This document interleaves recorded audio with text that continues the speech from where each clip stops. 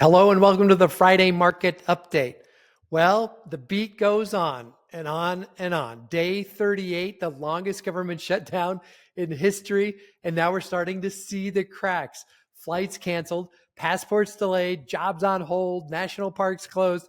And the big one for the financial markets, no economic data is being released. So the pause button, boop, has been hit. Mortgage rates had a choppy week this week, settled down at around 6.32% for a prime borrower on a conventional loan, according to Mortgage News Daily.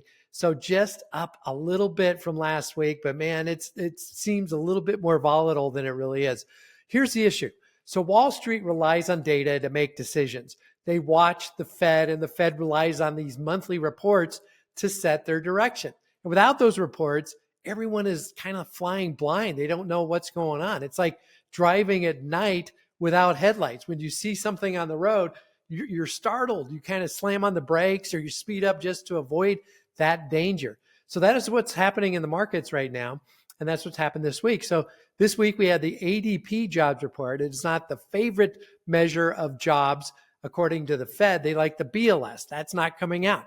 Well, the ADP jobs report came in a little bit better than expected, and Wall Street reacted. They jumped, rates jumped.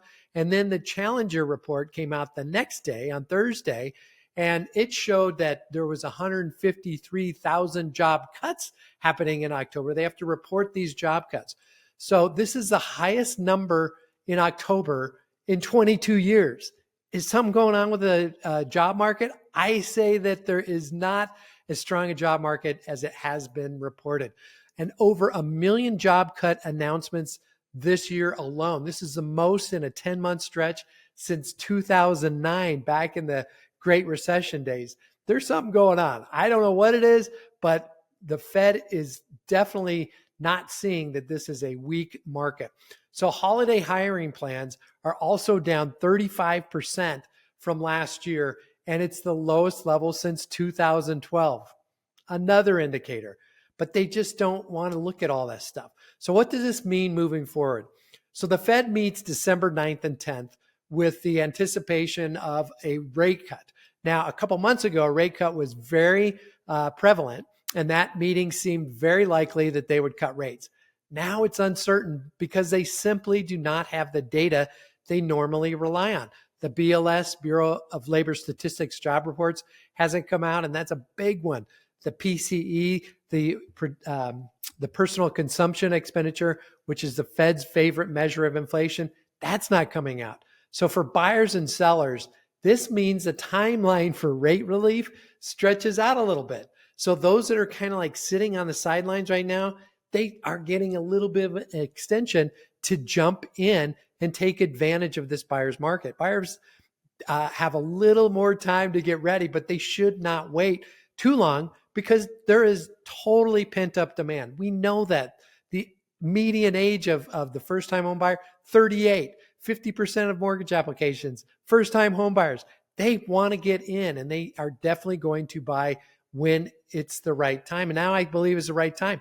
And I think we're in for a very active buying season after the Super Bowl, after the holiday hangover in January. The Super Bowl comes, we see that, and then bam, we're going to get into that spring season. And I think we could have a very active buying season right after the Super Bowl.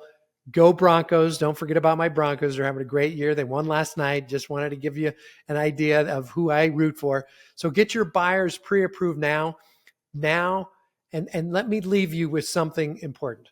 So you may have heard of a gentleman by the name of Ray Kroc. He was a failing salesman at 52, divorced, broke, arthritic, diabetic. He was selling milkshake machines. Wow, what a concept. One day, he stumbled onto a small burger stand run by two brothers. The brothers, they wanted 8 milkshake machines. He's kind of like going, what is going on here? Why do they want 8 milkshake machines? They were serving burgers and fries in 30 seconds. He had to kind of go, I got to go see what's going on here. But those burgers, it was the same quality, same speed every single time. He did not buy a restaurant or a burger joint. He bought the system, a system so consistent that it delivered every single time. Relentless at how to cook, when to put it on, the burgers, the milkshakes, the drinks, everything. At 52, he was struggling. By 59, he's a billionaire, right? McDonald's was his business. I think we've all heard of McDonald's. Now, we have 2 months left in the year. A lot of professionals, real estate professionals, coast right now. They do nothing. They convince themselves that there is no business out there to be had. They go quiet. They okay, well, I'll wait till next year. Don't be that person. This is the time to sharpen your systems and processes so you can crush it in 2026. You can be the next Ray Kroc of the real estate industry. Who knows? So work on your listing presentations, your buyer presentations, your pillars of value. What's the value proposition that you have for your buyers and sellers? Clean up your database, clean up your follow-up plan, your social media presence and messaging and rhythm. You do not have to overhaul everything at once. Pick one, start, then move to the next. Just do not sit still. Now, I'm reading a book called Be Your Future Self Now by Dr. Benjamin Hardy. The idea is simple. Live today as the person you want to be in the future. Get your swagger back. Be bold, be courageous, stop overthinking, take action, and have a great weekend. This is Gaylord out. Hope you have a great weekend. We'll talk to you soon. Bye-bye.